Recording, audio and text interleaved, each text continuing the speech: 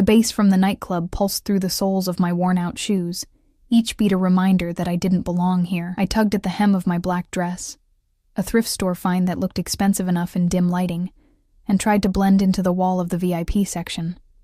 Waitressing at Obsidian wasn't my dream job, but the tips were enough to keep a roof over my head while I finished my degree. Tonight, though, the air felt different, charged with something I couldn't name. "Smile a little, Ellie. The rich guys tip better when you look happy to be here," Marco, my manager, hissed as he passed, balancing a tray of champagne flutes that probably cost more than my monthly rent. I plastered on what I hoped was a convincing smile and continued arranging crystal glasses at the reserved table. The velvet rope separating this section from the rest of the club might as well have been an ocean between two worlds. Mine. Paycheck to paycheck, student loans, and exhaustion. And theirs. Whatever lay beyond the rope. The first warning sign was the sudden change in the club's atmosphere. Like animals before an earthquake, people sensed something before they saw it. The crowd parted, conversations hushed, and even the DJ subtly adjusted the music. I glanced up from my task to see 3 men in immaculate suits entering through the side door, the one regular patrons didn't even know existed. The first 2 were clearly security, earpieces, vigilant eyes, and bodies built like armor.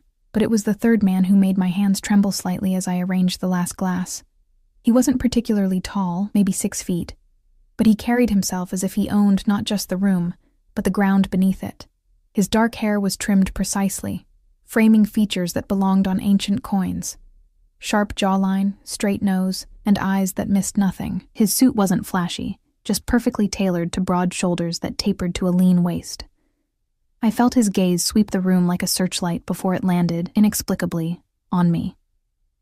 Something cold slithered down my spine as our eyes met for the briefest moment. I quickly looked down, focusing intently on wiping an invisible spot from the table. When I dared to look up again, he was engaged in conversation with the club owner, who had materialized out of nowhere and was practically bowing. "That's the last time I cover Jessica's shift," I muttered to myself, gathering my empty tray. I had the strangest feeling of being watched, but dismissed it as paranoia. I weaved through the crowded dance floor toward the bar, keeping my tray high. The club had reached that perfect point of the night where inhibitions lowered, but chaos hadn't yet taken over. The crowd was a living, breathing entity, moving to the music in synchronized abandon. 3 martinis and a whiskey. Neat, I told Sam, the bartender, raising my voice over the music. Sam leaned closer, his expression unusually serious. "Table 7 is off limits tonight, Ellie. Andre will handle it." "What? Why?" I glanced back toward the VIP section, where the mysterious man was now seated at table 7, his security positioned discreetly nearby. The club owner was still hovering, laughing too loudly at something that probably wasn't funny. "Just trust me on this," Sam said, already preparing drinks for another order. "Some customers are above our pay grade. My curiosity was piqued, but I knew better than to ask more questions. Obsidian wasn't just a nightclub. There were corners of the business that remained shadowy even to employees. I'd kept my head down for 2 years, focusing on the tips and ignoring the occasional suspicious activities I'd glimpsed. 3 hours later, my feet were screaming in protest, and my fake smile had become a grimace. The club was at its peak capacity, bodies pressed together on the dance floor, the air thick with perfume, sweat, and expensive cologne.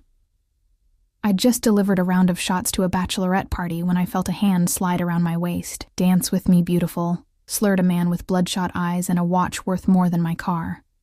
His grip tightened as I tried to step away. "I'm working," I said firmly, attempting to remove his hand. "Please enjoy your evening, sir." His smile turned ugly. "Playing hard to get? I've seen you watching our table all night." I hadn't been, at least not him. My eyes had occasionally drifted to table 7, where the dark-haired man remained, still as a statue amidst the chaos, occasionally speaking to visitors who approached with obvious deference. But this drunk didn't need to know that. "I need to get back to work," I insisted, more forcefully this time. He yanked me closer, spilling my empty tray. "One dance. I'll make it worth your while." The surrounding crowd was too absorbed in their own revelry to notice my predicament. Security was nowhere to be seen. Panic began to rise in my throat when a deep voice cut through the noise. "There you are." The words weren't shouted, but somehow they penetrated the cacophony around us. The drunk's grip slackened as we both turned toward the voice. The man from table 7 stood behind us, his expression unreadable. Up close, his eyes were a startling gray, like steel reflecting winter light. Despite the club's heat, he looked impeccable. Not a hair out of place, not a drop of sweat visible. "I've been looking for you," he continued, his gaze fixed on me, ignoring the drunk entirely. Confusion swept through me, but some instinct for self-preservation kicked in. "Sorry," I said, my voice steadier than I felt. "The crowd's impossible tonight." The drunk looked between us, his alcohol-soaked brain trying to process the situation. "You know each other?" Before I could answer, I felt a warm hand on the small of my back. Not gripping like the drunk's had been, but present, undeniable. "Stay close. He'll think we're together," the stranger said quietly, his breath warm against my ear, sending involuntary shivers down my neck. I nodded slightly, allowing myself to be guided away from the drunk, who was now being approached by one of the security men, who seemed to materialize from the shadows. "Thank you," I said, once we were a safe distance away. I expected him to remove his hand, to nod and return to his important-looking meeting. He didn't. "What's your name?" he asked instead, his voice a low rumble that I felt more than heard over the music. "Ellie?" "Ellie Carter," I answered automatically, then mentally kicked myself for giving my full name to a stranger. "I should get back to work. Your shift ended 10 minutes ago," he replied, glancing at his watch, a subtle timepiece that probably cost more than a year of my tuition. Marco approved it. Alarm bells rang in my head. How did he know my schedule? Who had the authority to adjust it without telling me? I started, but he cut me off with a slight shake of his head. "One drink, as thanks for my timely intervention." It wasn't phrased as a question. I should have made an excuse, should have firmly declined and walked away. Later I would look back on this moment, this single, seemingly innocuous decision, as the crossroads where my life veered irrevocably off course. "One drink," I agreed. He guided me not back to his table in the VIP section, but toward a door I'd never noticed before, partially concealed behind a decorative panel. One of his security men opened it without a word, revealing a private lounge I hadn't known existed in the 2 years I'd worked there. The music from the club was instantly muffled, replaced by the gentle notes of a jazz piece playing from hidden speakers. "You have access to the owner's private lounge?" I asked, unable to keep the surprise from my voice. The corner of his mouth lifted slightly. Not quite a smile, but an acknowledgement of my naivety. In a manner of speaking, the room was a study in opulence. Leather sofas, a fully stocked private bar, and windows that looked out over the city skyline. He led me to a seating area near the windows, his hand never leaving my back. "What would you like?" he asked, finally releasing me to gesture toward the bar. "Just water, please." Alcohol seemed like a bad idea in this situation. He raised an eyebrow but didn't comment. Within moments, a man I hadn't noticed placed a crystal glass of water in front of me and a tumbler of amber liquid before the stranger. Then he disappeared as silently as he'd arrived. "You've worked here for 2 years," he stated, watching me over the rim of his glass as he took a sip. It wasn't a question. The room suddenly felt too small, too private. "How do you know that?" "I make it my business to know who works in my establishments." My glass paused halfway to my lips. "Your establishments?" "Among others." He set his drink down, his eyes never leaving mine. "You haven't asked my name." I hadn't. Because deep down, some part of me didn't want to know. Names made things real. "What's your name?" I asked, because there was no going back now. "Nathaniel Vega," he replied, studying my face for a reaction. "But most people call me Nate." The name meant nothing to me, but the way he said it, as if I should recognize it, as if it should mean something, made my stomach tighten. I took a sip of water to hide my unease. "Thank you for your help out there, Mr. Vega. I should probably go now." I moved to stand, but his voice stopped me. "The man who grabbed you is Conrad Fisher. His father is a state senator with aspirations for higher office." His tone was conversational, but there was an undercurrent I couldn't identify. "He has a history of inappropriate behavior with service staff. 3 complaints in the last year alone, all mysteriously withdrawn. I sank back into my seat, unsettled by this information. How do you know that? As I said, I make it my business to know. He leaned forward slightly. He won't bother you again. There was something in his voice, a certainty, a finality, that made me believe him completely and terrified me simultaneously. I need to go, I said, more firmly this time. I have early classes tomorrow. Business administration and finance. He nodded. Impressive choice. My blood ran cold. I'd never mentioned my major to anyone at the club. It was a deliberate separation of my worlds. Student by day, waitress by night. Who are you really? I whispered, fear finally overtaking my attempt at composure. Nathaniel Vega didn't answer immediately. Instead, he reached into his jacket and pulled out a business card, sliding it across the table toward me. It was simple. Expensive cream cardstock with just his name and a phone number embossed in black. Someone who values loyalty and intelligence, he finally said. And someone who could offer you something better than serving drinks to entitled children pretending to be men. I didn't take the card. I'm not looking for opportunities of that nature, Mr. Vega. For the first time, he smiled, a genuine expression that transformed his face from intimidating to devastating. I'm offering you a job, Ellie. Your financial knowledge combined with your observational skills would be an asset to my legitimate businesses. The emphasis on legitimate did nothing to reassure me. I stood, gathering my small purse. I need to go. He didn't try to stop me this time, but as I reached the door, his voice followed me. The card, Ellie. Take it. You never know when you might need a friend. I hesitated, then turned back and picked up the card, slipping it into my purse without looking at it again. Goodbye, Mr. Vega. Until next time, he replied with absolute certainty. The cool night air hit me like a slap as I exited the club through the employee entrance, my mind racing. The encounter felt surreal, dreamlike, yet the business card in my purse was tangible proof it had happened. I hailed a taxi, giving the driver my address with shaking hands. It was only as I unlocked the door to my small apartment that I realized my mistake. In my haste to escape, I'd left my jacket in the staff room, with my phone in the pocket.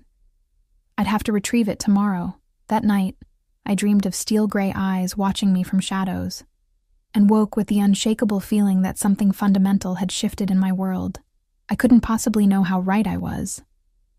I overslept the next morning, jerking awake to sunlight streaming through the blinds I'd forgotten to close. For a blissful moment, last night felt like a strange dream, until my eyes landed on the cream-colored business card on my nightstand, stark against the chipped paint. Nathaniel Vega. My fingers hovered over it, as if it might burn to touch. In the harsh light of day, my fear seemed melodramatic. He'd helped me with a drunk customer and offered me a job. Unusual, yes, but not inherently sinister. Still, something about him had set off every internal alarm I possessed. You're being ridiculous, I muttered to myself. Rushing to get ready for class, I shoved the card into my desk drawer and tried to forget about it. The finance lecture dragged on, the professor's voice fading into white noise as my mind kept drifting back to the private lounge and those penetrating gray eyes. I forced myself to focus, scribbling notes I knew I'd have to review later. Earth to Ellie. My friend Zoe waved a hand in front of my face as we left class. I've asked you the same question twice. What's going on with you today? I hesitated. Zoe was my closest friend, the only one who knew about my double life as a student and nightclub waitress. But how could I explain last night without sounding paranoid? Just tired, I said, adjusting my backpack. Had a weird night at work. Weird how? She pressed, linking her arm through mine as we navigated the crowded hallway. A customer got handsy, another one stepped in, then offered me a job. The simplified version sounded so mundane when spoken aloud. Zoe's eyebrows shot up. A job? Doing what? Please tell me it's not modeling or some sketchy escort thing. I laughed despite myself. No, something in finance, supposedly. He knew my major somehow. She stopped walking. That's definitely stalker territory, Elle. Did you get his name? The hesitation must have shown on my face because Zoe groaned. You did. You got creepy stalker guy's name and you're considering his offer, aren't you? I'm not, I protested. But I do need to stop by the club before my afternoon class to get my phone. I left it in my jacket last night. Zoe frowned. Want me to come with you? To Obsidian? At noon on a Tuesday? You'd stick out like a sore thumb. I squeezed her arm reassuringly. It'll be fine. The place will be practically empty except for staff. Text me when you get there and when you leave, she insisted. I agreed, conveniently omitting that my phone was what I was retrieving in the first place. The club looked different in daylight, smaller, seedier, the glamour of the night stripped away to reveal peeling paint and scuffed floors. The front entrance was locked, so I made my way to the staff door, punching in the security code. The silence inside was eerie after the pounding music of the previous night. My footsteps echoed as I walked through the empty club toward the staff room. I was reaching for the door handle when a voice behind me made me jump. Ms. Carter. I spun around to find one of Nathaniel Vega's security men standing there, his posture rigid, expression impassive. I recognized him as the one who had approached the drunk after Vega led me away. You startled me, I said, my heart racing. I'm just here to get my jacket. I left it last night. He nodded once. Mr. Vega anticipated you might return for your belongings. He extended a hand, holding my leather jacket, the second-hand one I'd saved up for months to buy. Your phone is in the pocket. The battery was low, so Mr. Vega took the liberty of having it charged. A chill ran through me. What? He also asked me to give you this. The man produced an envelope from his jacket. And to remind you that his offer remains open. I took my jacket and the envelope with numb fingers. How did you know I'd come now? The man's expression didn't change. Mr. Vega had someone watching your apartment since you left last night. When you exited the university building at 11:42, he calculated you would likely come here before your 2 p.m. class. The casual admission that I was being watched made my blood run cold. That's not okay. You can't just... Mr. Vega would like to invite you to dinner tonight, the man continued as if I hadn't spoken. A car will pick you up at 7. I'm working tonight, I said automatically, though I wasn't. Tuesday was my night off. No, you're not. Again, that absolute certainty. Your schedule has been adjusted. Anger flared, momentarily overriding my fear. Listen, I don't know who your boss thinks he is, but he can't just rearrange my life without my consent. Tell Mr. Vega thank you, but no thank you. For the first time, the man's expression flickered, something like surprise, quickly masked. I'll relay your message. He turned to leave, then paused. Miss Carter, Mr. Vega isn't accustomed to hearing no. Then this will be a novel experience for him, I replied, surprised by my own boldness. Once alone, I checked my phone. It was indeed fully charged, with 3 missed calls from Zoe. As I started to text her that I was fine, I noticed the envelope in my hand. Against my better judgment, I opened it. Inside was a check made out to me for $25,000, along with a handwritten note on heavy cardstock. For your student loans. Consider it an advance. NV. I stared at the check in disbelief. How did he know about my loans? The amount was almost exactly what I owed, a sum that would take me years to pay off at my current rate. The paper trembled in my hand. My first instinct was to tear it up. My second, shamefully, was to deposit it. The weight of my debt was a constant pressure, affecting every decision I made, to be free of it in an instant.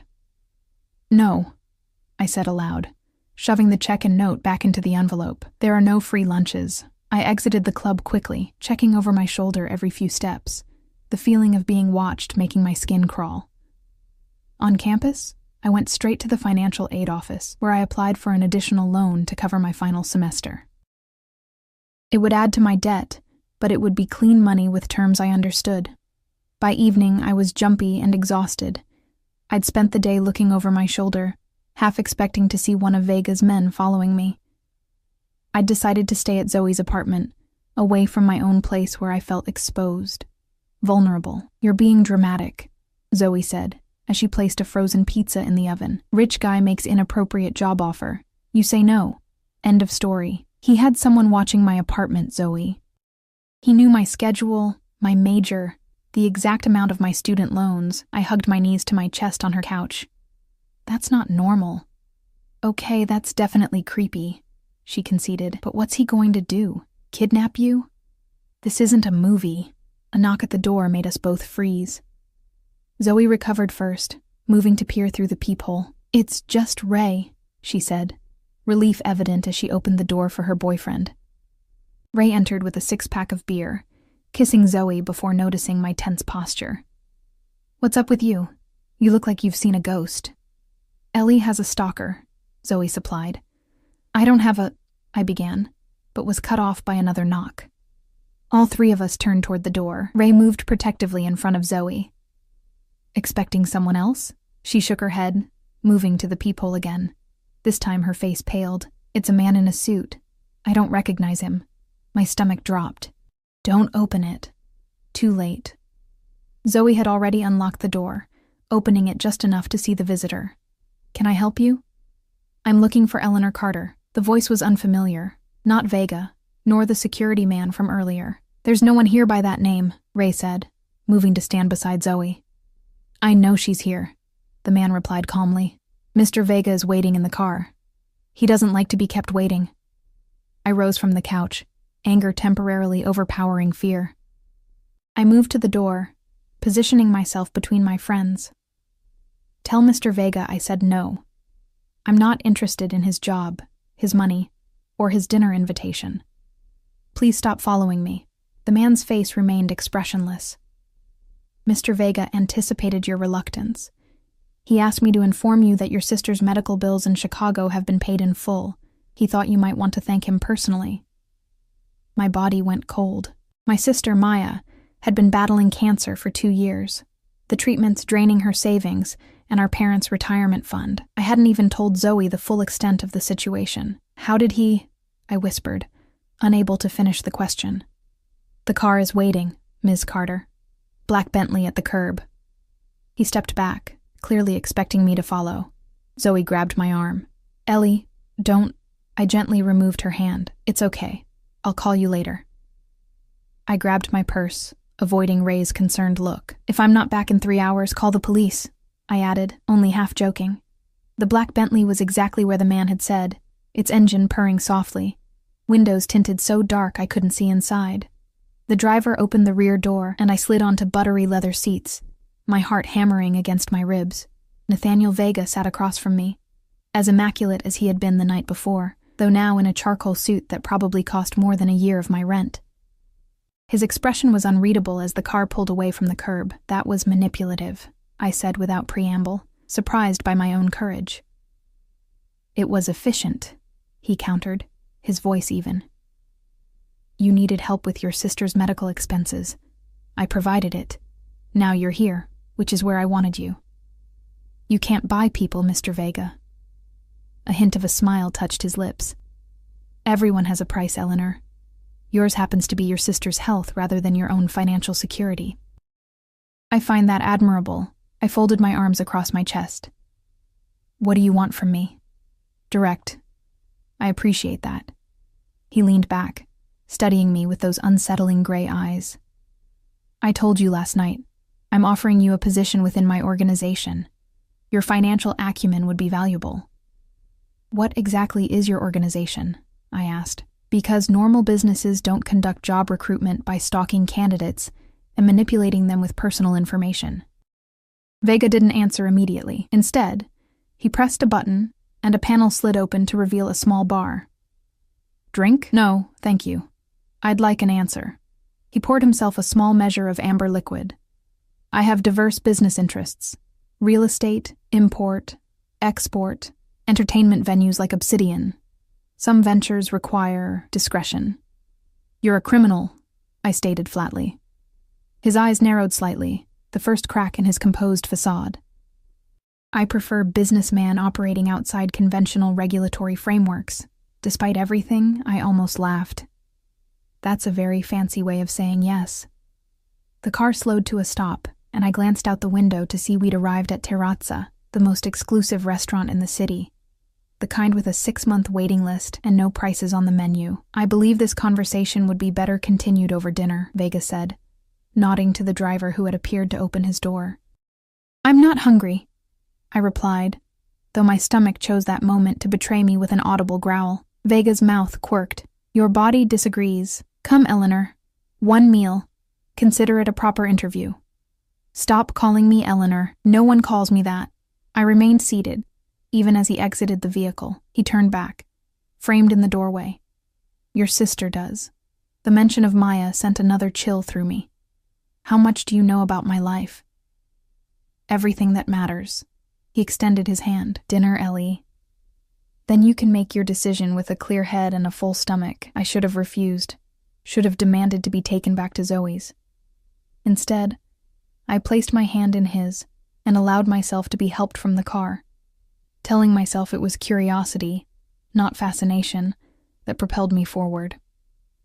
The restaurant's maitre d' practically bowed as we approached. Mr. Vega, your usual table is ready. We were led to a secluded corner with a stunning view of the city lights. I was acutely aware of my simple jeans and blouse amid the designer clothing surrounding us, but no one gave me a second glance. Vega's presence seemed to render me invisible to judgment. Once seated, he studied me across the table. You're wondering if I had your sister's medical bills paid to manipulate you, or because I'm genuinely concerned for your family. The thought had crossed my mind, I admitted. Which would you prefer the answer to be? He asked, his gaze never wavering. I considered the question. I'd prefer honesty, whatever that might be. Something like approval flickered in his eyes. Both. I need your skills, and I knew this would bring you to me tonight. But I also don't like to see families suffer unnecessarily when I have the means to help. Why me? I asked, the question that had been burning since our first encounter. I'm nobody special. That, he said quietly, is where you're wrong. The waiter appeared with 2 glasses of wine I hadn't seen Vega order. He placed one before each of us, then melted away without asking for our selections. I took the liberty, Vega explained, noting my confused expression. The chef is preparing a special menu for us. Unless you have dietary restrictions? I shook my head, my fingers nervously tracing the stem of the wine glass. You still haven't answered my question. Why me? Vega took a measured sip of his wine before responding. 3 months ago, one of my accountants made a subtle discrepancy in the books at Obsidian. Nothing major. A few $1,000s shifted between accounts. It was a test, designed to identify anyone with both the skill to notice and the integrity to report it. I stared at him, understanding dawning. The inventory discrepancy I found. Yes. He nodded, looking pleased. You not only discovered it, but developed a comprehensive spreadsheet documenting the pattern and presented it to Marco rather than simply reporting the numbers. Most people would have ignored it or assumed a clerical error. I remembered how Marco had dismissed my concerns, telling me to stick to serving drinks and leave the accounting to professionals. I'd been frustrated, but not surprised. Marco works for you, I realized aloud. He reported back. Everyone at Obsidian works for me, Ellie. The club is more than just a business. It's a filtering system. I observe how people behave when they think no one important is watching. The implications of his statement sank in slowly. You've been watching me for 3 months? Longer, he admitted, without a hint of apology. Your application caught my interest. Not many finance students with your GPA choose to waitress in that particular establishment. A chill ran through me as I recalled filling out that application nearly 2 years ago, desperate for a job that would accommodate my class schedule and pay enough to cover my portion of Maya's medical expenses. I searched for the right word. Thorough, Vega supplied. I was going to say invasive, I countered. His expression remained impassive, but I caught a glimmer of something in his eyes, amusement perhaps. In my position, thorough vetting is necessary. I don't apologize for it. The first course arrived, an artful arrangement of seafood I couldn't name, garnished with edible flowers and delicate sauces. Under different circumstances, I might have been intimidated by such a sophisticated dish, but anger and confusion had overridden my social anxiety. What exactly is your position, Mr. Vega? I asked, setting down my fork without tasting the food. You own nightclubs and have security men who follow college students. You know details about my family that I haven't shared with my closest friends. You can apparently pay off medical bills with a phone call. What does that make you? He studied me for a long moment. You're remarkably direct for someone in your position. My position being alone with a man you suspect of being dangerous. His blunt acknowledgement should have terrified me. Instead, I found myself leaning forward. Are you dangerous, Mr. Vega? To some, he conceded, his voice low. Never to you. Something in his tone sent a strange flutter through my chest that I refused to examine. I forced myself to take a bite of food to hide my confusion. It was, predictably, delicious. I oversee a network of businesses and interests across the Northeast, he continued after a moment. Some legitimate by conventional standards, others operating in gray areas of legislation. All profitable. A crime syndicate, I translated. His mouth quirked. If you prefer the dramatic terminology, yes, though most of my operations don't align with what you probably imagine. I don't deal in drugs or human trafficking. I find both reprehensible, but gambling, extortion, money laundering, I pressed. He didn't confirm or deny, simply holding my gaze. Everyone in this restaurant has broken laws, Ellie. The difference is scale and consequence. I glanced around at the other diners. Wealthy couples, business people in expensive suits, a few celebrities I vaguely recognized. That's a convenient justification. It's reality. He took another sip of wine. The man at the table by the window is a hedge fund manager who destroyed thousands of pensions to fund his 5th vacation home. The woman in the red dress cheated hundreds of elderly investors out of their retirement. The distinguished gentleman by the bar sits on the board of a pharmaceutical company that raised the price of life-saving medication by 5,000% last year. His eyes returned to mine. Tell me, who's the criminal? I remained silent, unsure how to respond. The waiter cleared our plates and brought the next course.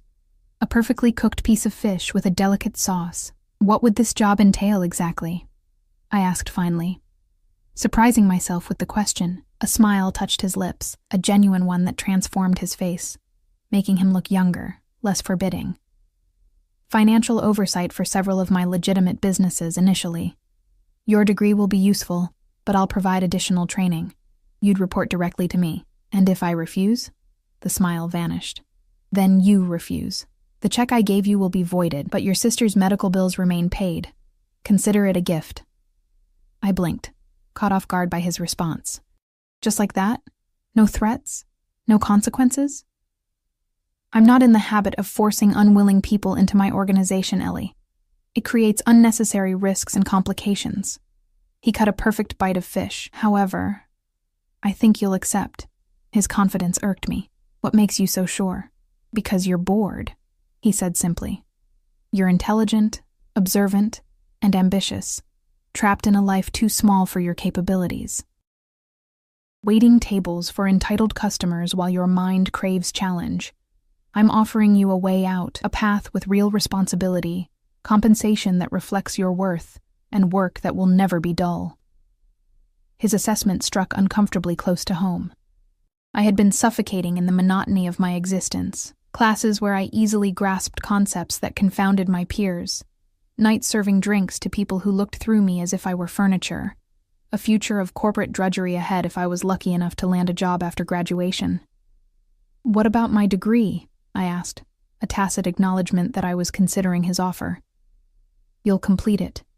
Education is valuable, and if it turns out I'm not suited to your organization? His eyes darkened slightly. I've already determined that you are. The certainty in his voice sent another of those strange flutters through my chest. I ignored it, focusing instead on the practical concerns. Would I need to relocate? Eventually, he nodded. I maintain residences in several cities. My primary home is in Boston, though I spend considerable time here. The conversation paused as our plates were cleared and dessert was served. Something chocolate and intricate that under normal circumstances would have delighted me.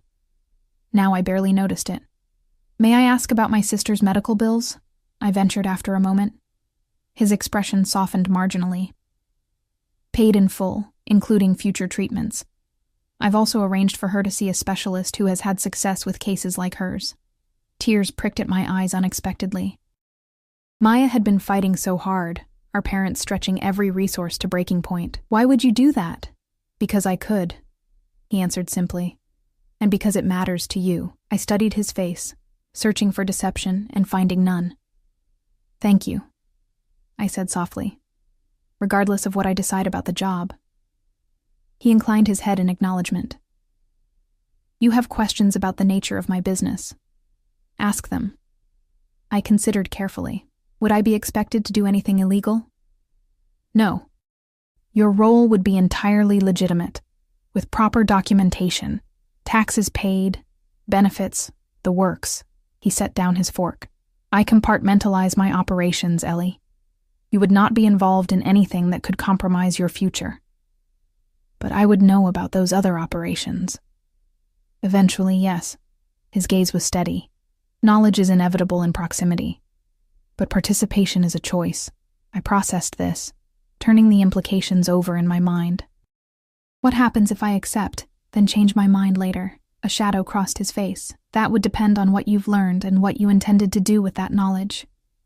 The implicit threat hung between us. I nodded, understanding the boundaries he was establishing. And my personal life would remain your own, with certain security precautions. He hesitated, something I hadn't seen him do before. Though I should make it clear that I would not welcome romantic entanglements with individuals who might pose security risks. Heat crept into my cheeks. Are you dictating who I can date? I'm expressing a preference for your safety and that of my organization. His tone was businesslike, but his eyes had hardened. Dating is a vulnerability I cannot afford in my close associates. I see. I took a deliberate sip of wine. And what about you, Mr. Vega? Do you follow your own rules regarding entanglements? The question was forward, inappropriate, and I regretted it as soon as it left my mouth. To my surprise, he laughed, a genuine sound that transformed his face again. I follow all my rules, Ellie. It's why I'm still alive. He studied me with renewed interest. But I'll admit, you're testing my resolve on that particular policy. The implication sent a jolt through me that I refused to acknowledge as pleasure. Before I could formulate a response, his phone buzzed. He checked it, his expression immediately shifting to something colder, more distant. Excuse me, he said, standing. I need to take this. Please, finish your dessert. He moved away from the table, speaking quietly into the phone. I took the opportunity to gather my thoughts, which were scattered and contradictory. Part of me was screaming to run, to pay off my loans through conventional means, to struggle through the next few years as I had the last. But another part, a part I barely recognized, was exhilarated by the possibilities Vega represented. A door opening to a world I'd only glimpsed through the windows. He returned a few minutes later, his face now a composed mask. I apologize, but I need to cut our evening short. There's a situation that requires my attention. Of course, I said, setting down my napkin. Thank you for dinner. My driver will take you home. He paused. I'd prefer you return to your apartment rather than your friend's. It's more secure than you might think. The reminder that he knew where I'd been sent a chill down my spine. How considerate, I replied, unable to keep the sarcasm from my voice. A ghost of a smile touched his lips. I need your decision by tomorrow evening, Ellie. The position needs to be filled quickly. That doesn't give me much time to consider life-altering decisions, I pointed out, as we exited the restaurant. The cool night air carried the scent of approaching rain, and I shivered slightly in my light jacket. Immediately, Vega removed his suit jacket and draped it over my shoulders. The fabric was warm from his body, carrying the faint scent of expensive cologne and something uniquely him. The gesture was so unexpected, so normal, that for a moment he seemed like any other man on a dinner date. Life rarely gives us the luxury of extended deliberation for important choices, he said quietly.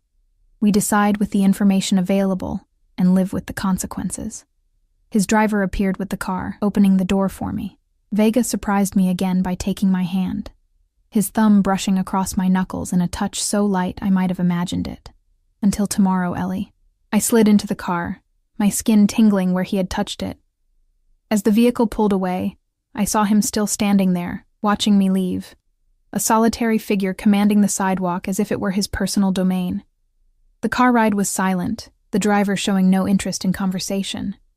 I stared out the window at the passing city lights, trying to make sense of the evening and my own conflicted reactions.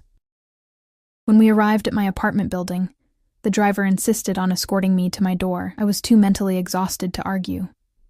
He checked my apartment quickly, nodding in satisfaction before leaving me alone. I locked the door behind him, leaning against it and closing my eyes.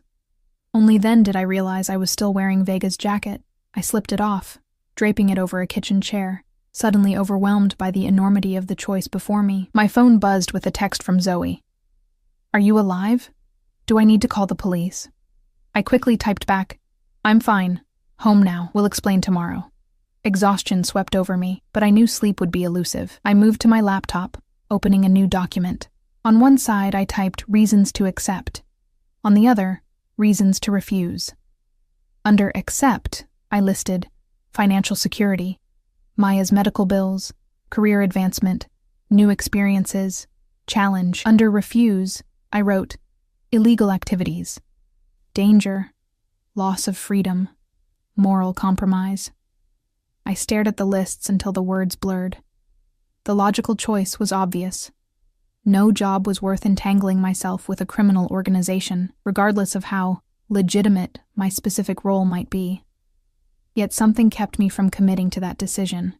It wasn't just the money, though that was certainly a factor. It was the way Vega had seen me, really seen me, when I'd been invisible to everyone else for so long. The potential he recognized in me that no one else had bothered to notice.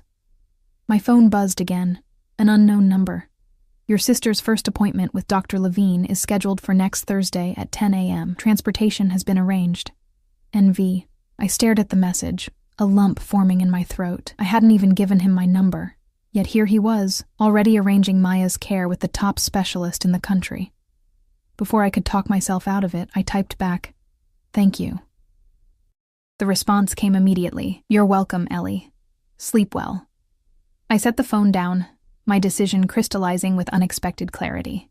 I was going to accept his offer, knowing full well I was stepping into a world I didn't fully understand, with a man whose very existence was shrouded in danger and power. What I didn't yet understand was that by morning, events would unfold that would make my decision irrelevant, because Nathaniel Vega had already decided for both of us. I woke to the sound of my phone ringing, the bright screen cutting through the pre-dawn darkness. It was 4:38 a.m. My sister's name flashed on the display. "Maya?" I answered, my voice thick with sleep. "What's wrong?" "Ellie." Her voice was breathless, excited rather than distressed. "I just got a call from Dr. Levine's office." "Dr. Levine?" "As in the oncologist who wrote that book I was telling you about. They said they've reviewed my case and want to start a new treatment protocol next week. All expenses covered by some medical foundation." She paused. "Did you do something?" I sat up, fully awake now, Vega's text message from last night flashing through my mind. I may have met someone who wanted to help. A someone who has connections to the leading cancer specialist in the country and access to a medical foundation with deep pockets. Maya's tone was skeptical. "Ellie, what's going on?" I hesitated, unsure how much to reveal. "It's complicated. I might be taking a new job. What kind of job comes with miracle medical interventions for your family?" The excitement in her voice had shifted to concern. "Are you in trouble?" "No," I said quickly, though the truth was more nuanced. "It's a financial position with a private investment group. The owner is very wealthy and apparently believes in my potential. And he just decided to pay for a stranger's cancer treatment out of the goodness of his heart?" Maya wasn't buying it. She'd always been the more practical sister, seeing through pretenses with unsettling accuracy. I sighed. He did it because he knew it would matter to me. It's a recruiting tactic, I guess. "Ellie." Her voice dropped. "This sounds not normal. What's this man's name?" I hesitated again. "Nathaniel Vega." The silence on the other end stretched for several seconds. "As in, Nate Vega, the real estate developer? You know him?" I asked, surprised.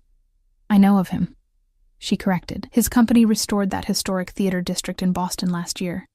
It was all over the news. Billionaire with the Midas touch, very private, rumored connections to old Boston families." There were some controversies about zoning permits being expedited. I sank back against my pillows, processing this information.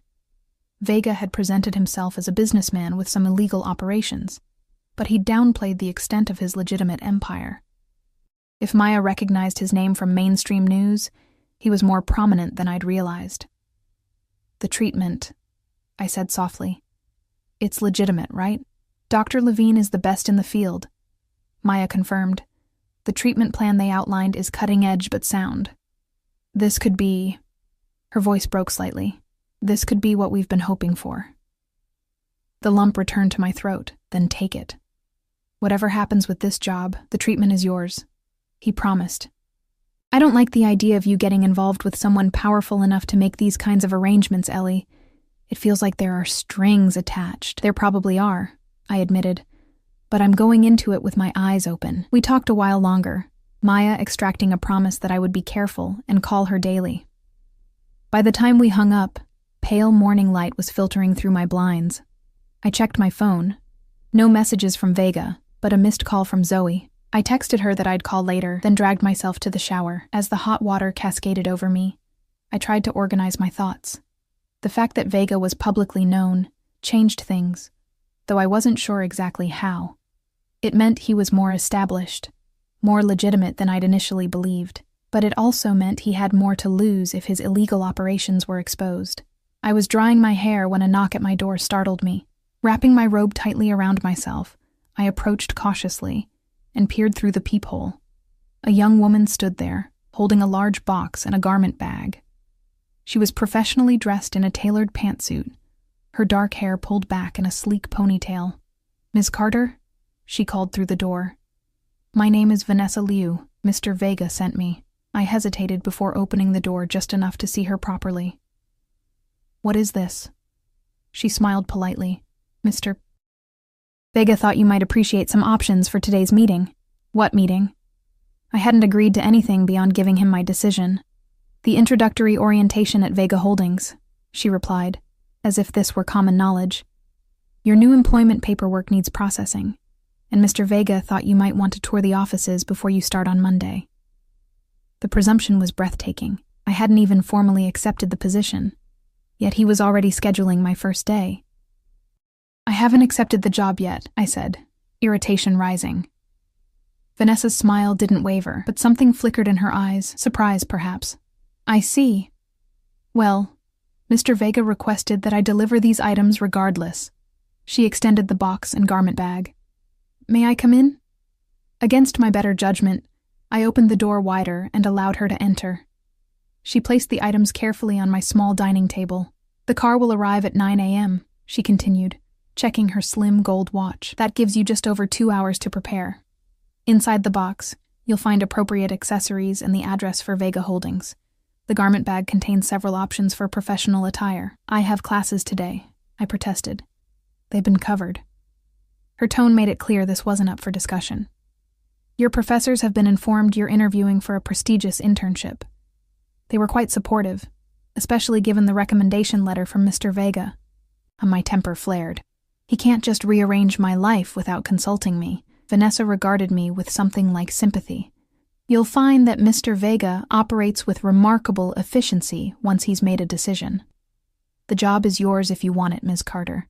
Today is merely a formality to acquaint you with your new environment." After she left, I stood staring at the packages, torn between outrage at Vega's presumption and curiosity about their contents. Finally, curiosity won. I unzipped the garment bag to find 3 outfits: a charcoal pantsuit, a navy dress with a matching blazer, and a cream blouse with a black pencil skirt. All were clearly designer pieces, the fabric rich and substantial beneath my fingers. The box contained accessories, a leather portfolio, a sleek watch, subtle gold jewelry, and a pair of black leather heels that looked both elegant and miraculously comfortable. Tucked into the portfolio was a business card for Vega Holdings with an address in the financial district. I sat heavily on my couch, staring at these offerings. The presumption was infuriating. Yet I couldn't deny the thrill that ran through me at the thought of stepping into this new world, even if just for a day. What harm could there be in simply touring the offices? I could still refuse the position afterward. "You're rationalizing," I muttered to myself. Nevertheless, at 8:55 a.m., I was dressed in the navy dress and blazer, my hair styled more carefully than usual, the delicate gold watch on my wrist. I looked like a different person in my small bathroom mirror, polished, professional, confident. The car arrived precisely at 9 a.m., not the Bentley from last night, but a sleek black SUV with tinted windows. The driver opened the door for me without a word, and I slid into the plush leather interior, half expecting to find Vega waiting. Instead, I was alone for the drive. Vega Holdings occupied the top 10 floors of a gleaming downtown skyscraper. The security in the lobby was extensive. ID checks, metal detectors, and guards who looked more military than civilian. I was escorted to a private elevator that opened only with a key card, which my guide provided. "Mr. Vega is in meetings until 11, the woman explained as we ascended. "In the meantime, Ms. Liu will show you around and begin your paperwork." Vanessa was waiting when the elevator doors opened onto the 45th floor. The reception area was a study in understated luxury, marble floors, original artwork, and floor-to-ceiling windows offering a breathtaking view of the city. "Welcome to Vega Holdings," she said, extending her hand. "How was your commute?" "Smoother than the subway," I replied, taking in my surroundings with what I hoped was subtle observation rather than obvious awe. She smiled. "Let's start with a tour, shall we?" The next hour passed in a blur as Vanessa led me through the executive floors. The offices were impressive, state-of-the-art technology seamlessly integrated with elegant design. The staff we encountered were universally well-dressed, efficient, and deferential upon learning I was Mr. Vega's new financial analyst. "This would be your office," Vanessa said, opening a door to reveal a corner space with 2 walls of windows and modern furnishings. It was easily 4 times the size of my entire apartment. "Of course, you'll customize it to your preferences once you start. It's overwhelming," I admitted. "You'll adjust quickly," she assured me. "Now, let's review your contract while we wait for Mr. Vega." The paperwork was as impressive as the office. A starting salary that made me momentarily lightheaded, comprehensive benefits, housing allowance, car service, and performance bonuses that could double my base compensation. Everything appeared legitimate, with proper tax withholding and even a 401k plan. "These benefits seem excessive for an entry-level position," I noted, scanning the documents with growing disbelief. "Mr. Vega values talent and loyalty," Vanessa replied smoothly. "He believes in investing in people with potential." She checked her watch. "Mr. Vega should be finishing his meeting soon. Would you like coffee while we wait?" I nodded, and she stepped out, leaving me alone with the contract. I read it carefully, looking for hidden clauses or traps, but found none. It was a straightforward, if extraordinarily generous, employment agreement. The door opened, and I looked up expecting Vanessa with coffee. Instead, Nathaniel Vega stood there, today in a navy suit that complemented my dress so precisely it seemed deliberate. His eyes took in my appearance with obvious approval. "The navy suits you," he said, closing the door behind him. I thought it might. I set down the contract. "You seem very certain I'm taking this job, Mr. Vega, aren't you?" he countered, moving to sit across from me. "You're here, dressed in clothes I provided, reviewing a contract most recent graduates would sign without reading." His confidence should have irritated me, but he wasn't wrong. I had already decided, despite my protestations to the contrary. "I have conditions," I said, straightening my shoulders. A smile touched his lips. "I'm listening." "I finished my degree. No more rescheduling my classes without consultation." He nodded. "Reasonable. Anything else?" "I want to understand exactly what I'm getting into. No surprises about the nature of your business 6 months from now." His expression turned serious. "I can't give you all the details at once, Ellie. Partial knowledge is safer for you initially. But I promise transparency at a pace that protects both of us." I considered this. "Fair enough." "Third condition. My personal life remains mine. You don't dictate who I see or where I go in my free time." Something flickered in his eyes, a darkness that came and went so quickly I might have imagined it. "Your personal safety is non-negotiable. Certain individuals would present security risks. Beyond that, your time is your own. And my family's medical care continues regardless of my employment status." I added. If this doesn't work out, Maya's treatment isn't affected. Agreed, he said without hesitation. Your sister's care is guaranteed. Unconditionally. I took a deep breath. Then yes, Mr. Vega, I accept your offer. The smile that spread across his face was genuine, transforming his features from intimidating to almost boyishly pleased. Excellent decision, Ellie. And please, call me Nate. The formality of Mr. Vega had been a small barrier, a way of maintaining distance. Using his first name felt like crossing a threshold I couldn't retreat from. Nate, I echoed, testing the familiarity of it. He stood, buttoning his jacket with an elegant, practiced motion. Let's make it official, shall we? I signed the contract with a strange mix of trepidation and exhilaration. Vega, Nate, watched me with that intense gray gaze, making the simple act feel momentous, irreversible. Welcome to Vega Holdings, Ellie, he said when I finished.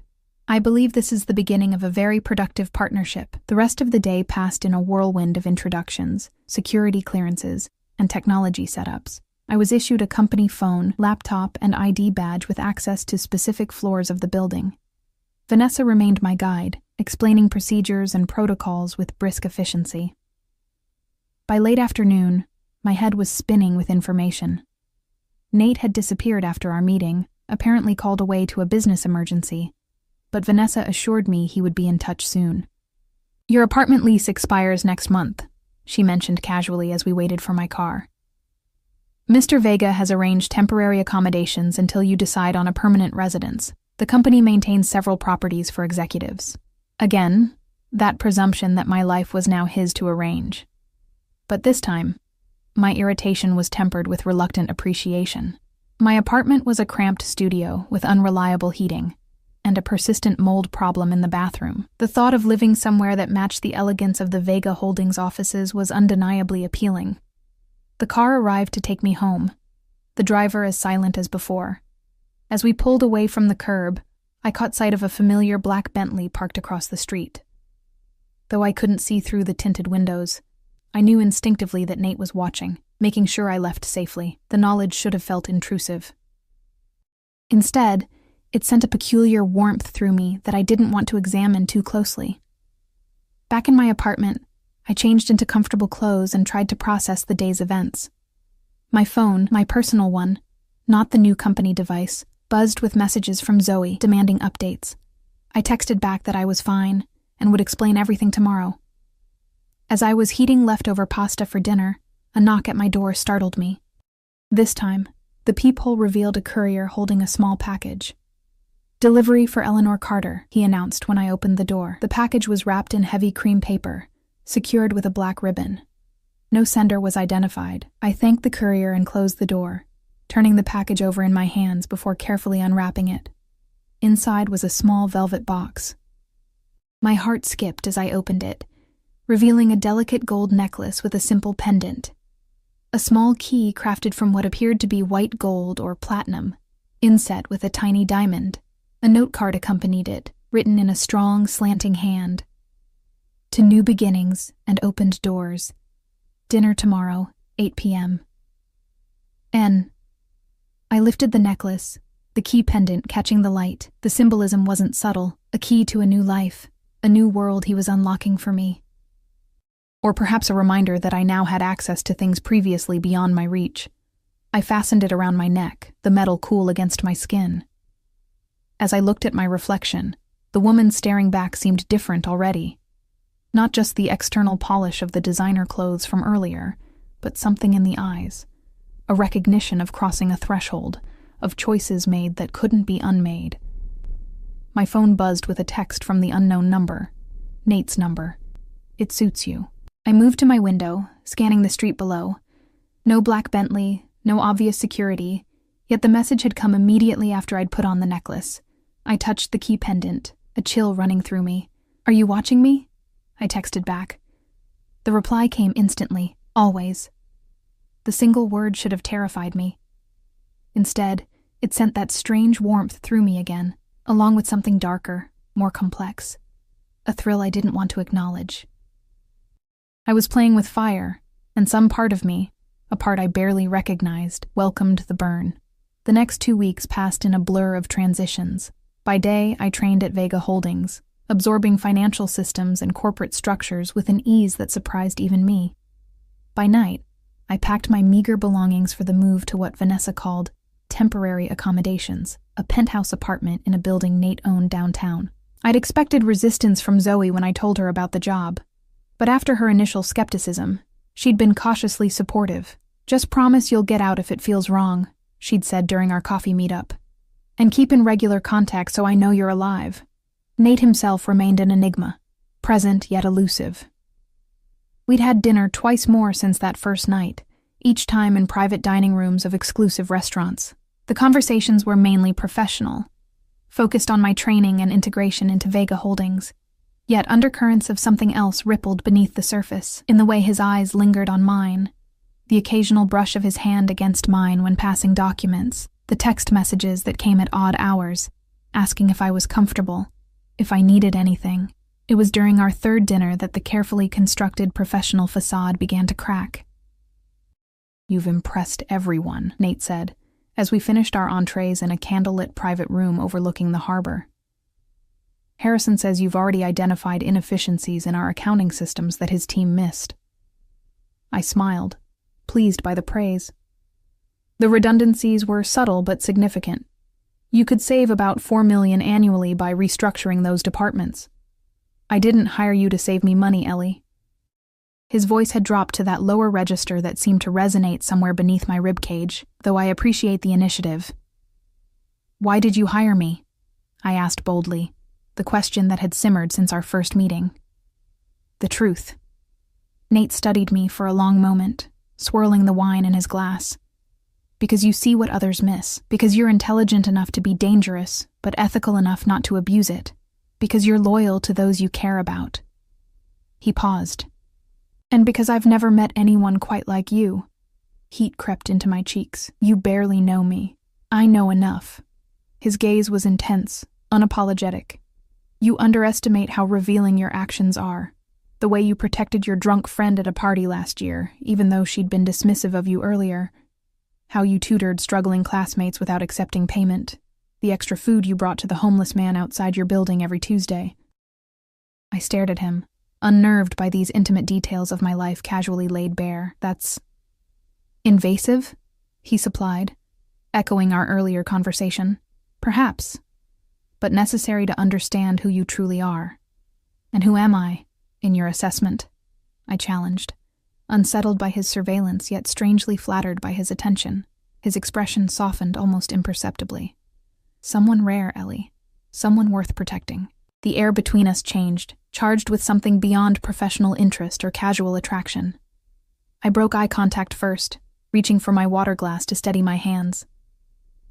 "Tomorrow you move into the Archer building," he said, seamlessly shifting to practicalities. "Security protocols there are extensive. You'll have a dedicated parking space in the secured garage, though I recommend using the car service for now." I nodded, grateful for the return to business. "Vanessa mentioned restricted access to certain floors?" "Yes. Your credentials allow entry to the residential floors, common areas, and your specific unit. The top 3 floors are private." "Your floors," I guessed. His mouth quirked. "One of my residences, yes." The knowledge that he would be in the same building sent another of those unsettling thrills through me. I pushed it aside, focusing on logistics. "Will I need special clearance for guests?" Something flickered in his eyes, a momentary darkness. "All visitors must be approved by security in advance. It's for everyone's protection, Ellie." "Even Zoe?" I asked, testing the boundaries. "Even family," he confirmed. "Though I've already added your sister and Ms. Chen to the approved list." Of course he had. Nate was always several steps ahead, anticipating my needs, removing obstacles before I encountered them. It was both comforting and disquieting. The following afternoon, I stood in my empty apartment for the last time, a strange melancholy washing over me. This cramped, flawed space had been mine. The first place I'd lived alone, a symbol of my independence. Leaving it felt significant, irrevocable. My phone buzzed with a text from Nate. "The car is waiting. Is everything all right?" I took a final glance around the bare walls. Just saying goodbye. His response was immediate. Some goodbyes are necessary for better beginnings. Philosophical Nate was surprisingly endearing. I smiled despite myself and locked the door behind me, dropping the key in the landlord's mailbox as instructed. The Archer Building was a gleaming tower of glass and steel in the heart of downtown, its lobby more reminiscent of a luxury hotel than an apartment building. The security staff greeted me by name, efficient and professional as they processed my identification and explained the biometric access systems. "Mr. Vega requested that you call when you arrived," the concierge informed me. "He'd like to personally ensure your accommodations are satisfactory." 20 minutes later, I was standing in a penthouse that made the Vega Holdings offices look austere by comparison. Floor-to-ceiling windows showcased panoramic city views, the space tastefully furnished in neutrals with occasional bold accents. Fresh flowers adorned multiple surfaces, their scent subtle but welcoming. I was exploring the state-of-the-art kitchen when the private elevator chimed softly. Nate stepped out, today in casual attire, dark jeans and a charcoal sweater that somehow looked as expensive as his suits. "What do you think?" he asked, watching me take in my new surroundings. "It's beautiful," I admitted, "but massive for one person. This is temporary housing?" He smiled, moving further into the space. "I believe in appropriate environments for valuable assets. Is that what I am? An asset?" The question emerged more vulnerably than I'd intended. Nate approached slowly, stopping just close enough that I could detect the faint scent of his cologne. "You are many things, Ellie. Asset is merely the most professional term." My pulse quickened at his proximity. "And the unprofessional terms?" His eyes darkened.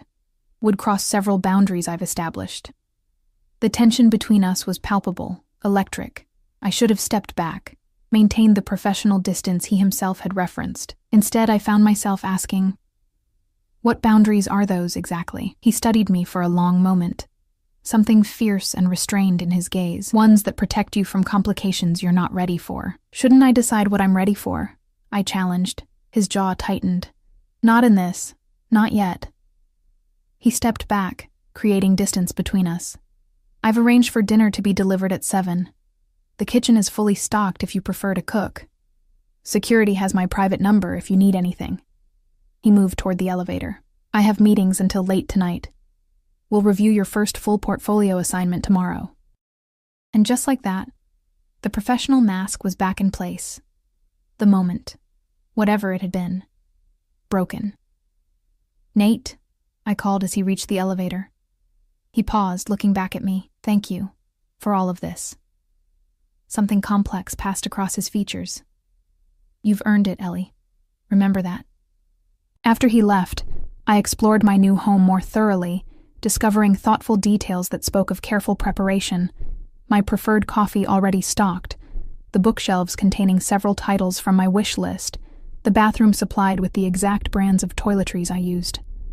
The master closet was fully furnished with a wardrobe I could never have afforded. Designer pieces in my size, ranging from casual to formal, all in colors and styles I would have chosen myself. A note card on the dressing table read simply, "Appropriate attire for your position. No obligation to use, if not to your taste. N." It was overwhelming, this seamless transition into a life of luxury. Part of me felt I should resist, maintain some independence by refusing these gifts, but another part recognized the practicality. I needed to look the part for my new role, and my student wardrobe was woefully inadequate. As promised, dinner arrived precisely at 7. A gourmet meal from what I recognized as one of the city's most exclusive restaurants. I ate alone at the massive dining table, the silence of the penthouse both peaceful and slightly disorienting after years in my noisy apartment building. I was washing my wine glass when my company phone rang, an unlisted number. "Hello?" I answered cautiously. "Ms. Carter?" The voice was unfamiliar, male, tense. "This is Samuel Richardson, Mr. E. Vega's head of security. There's a situation requiring your immediate attention." My heart rate spiked. "What's happened? Is Nate okay?" "Mr. Vega has been involved in an incident. He's asking for you specifically." Richardson's tone was clipped, professional. "A car is already en route to your building. ETA 3 minutes. Please be in the lobby." "What kind of incident?" I pressed, already moving toward the bedroom to change from my lounge clothes.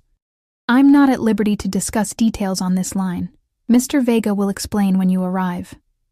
The call ended abruptly. I dressed quickly in jeans and a sweater, grabbing my purse and both phones. My mind raced with possibilities. A business emergency, a security breach, perhaps something related to the shadowy side of his operations that I'd been kept insulated from. The black SUV was waiting as promised, a stone-faced driver holding the door open without greeting. We drove in silence through the night-darkened city, eventually turning onto a quiet street lined with warehouses near the harbor district. Alarm bells began ringing in my mind. This wasn't a hospital or a police station. If Nate were injured, why bring me here? Where exactly are we going? I asked, tension coiling in my stomach. Mr. Vega is inside. The driver pulled up to a nondescript building, its windows dark. 3rd floor. They're expecting you. Every instinct screamed danger, yet concern for Nate overrode my caution. I entered the building, finding a freight elevator that creaked ominously as it ascended. The 3rd floor was dimly lit, a single bulb illuminating a long corridor with several doors. At the far end, light spilled from beneath a door. I approached cautiously, heart hammering against my ribs. Before I could knock, it swung open, revealing a large open space that appeared to be a converted factory floor. Industrial lights cast harsh shadows across concrete floors. Nate stood in the center of the room, unharmed, his posture rigid with tension. Blood stained the cuff of his white dress shirt. 3 other men were present, 2 I recognized as his security team, and a 3rd tied to a chair, his face bloodied, head hanging limply forward. Ellie. Nate's voice was controlled, but his eyes blazed with something dangerous. I apologized for the deception. There was no other way to be certain. Fear and confusion battled within me. Certain of what? What is this? A necessary test. He gestured toward the bound man. This is Vincent Maroney. Until recently, he handled certain financial transactions for an associate of mine. 3 days ago, he was approached by federal agents. Yesterday, he agreed to wear a wire. I stared at the injured man, horror washing over me. What have you done to him? Nothing permanent, Nate replied coldly. The question is, what happens next? Understanding dawned with sickening clarity. Why am I here? Because I need to know where your loyalties lie, Ellie. He moved toward me, his movements precise, controlled. Vincent made a choice that endangers people I protect. In my world, such choices have consequences. You're going to kill him, I whispered. The reality of Nate's world finally, truly sinking in. That depends on you. My blood ran cold. On me? Nate's expression was unreadable. You have 3 options. 1. You can leave now, return to your apartment, and tomorrow you'll be relocated to a position in our legitimate operations in another city. You'll never see me again, but your sister's care will continue as promised. I swallowed hard. 2. You stay and observe. Prove you can be trusted with the reality of my business. My voice trembled. And 3? Something shifted in his eyes, a flicker of what might have been regret. There is no 3, Ellie. Not really.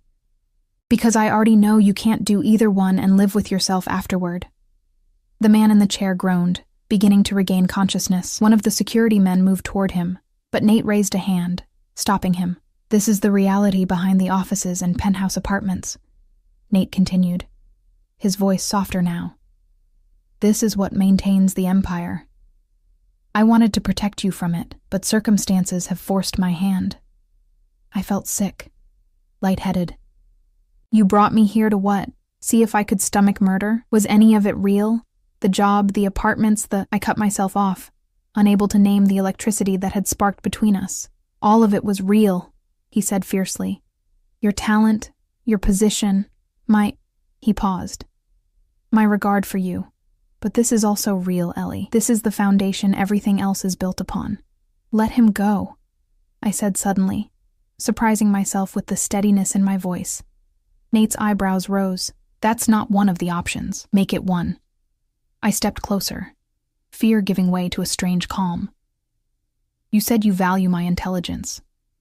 Here it is. Killing him solves nothing. The FBI already knows he was working with them. If he disappears, they'll know exactly who is responsible. They'll suspect. They won't be able to prove it, one of the security men interjected. I ignored him, keeping my focus on Nate. There are smarter ways to handle this. Ways that don't involve crossing a line you can never uncross. What do you suggest? Nate asked, his tone neutral, but his eyes intense, watching me. My mind raced. Feed him false information, use him to mislead the investigation. Make it clear to the FBI that their informant has been compromised without eliminating him.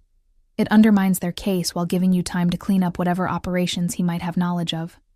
The room fell silent as Nate considered my words. The injured man raised his head groggily, fear dawning in his eyes as he took in his surroundings. An interesting proposition, Nate said finally. Risky.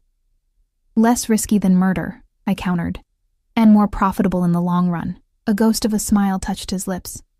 Always the financial analyst.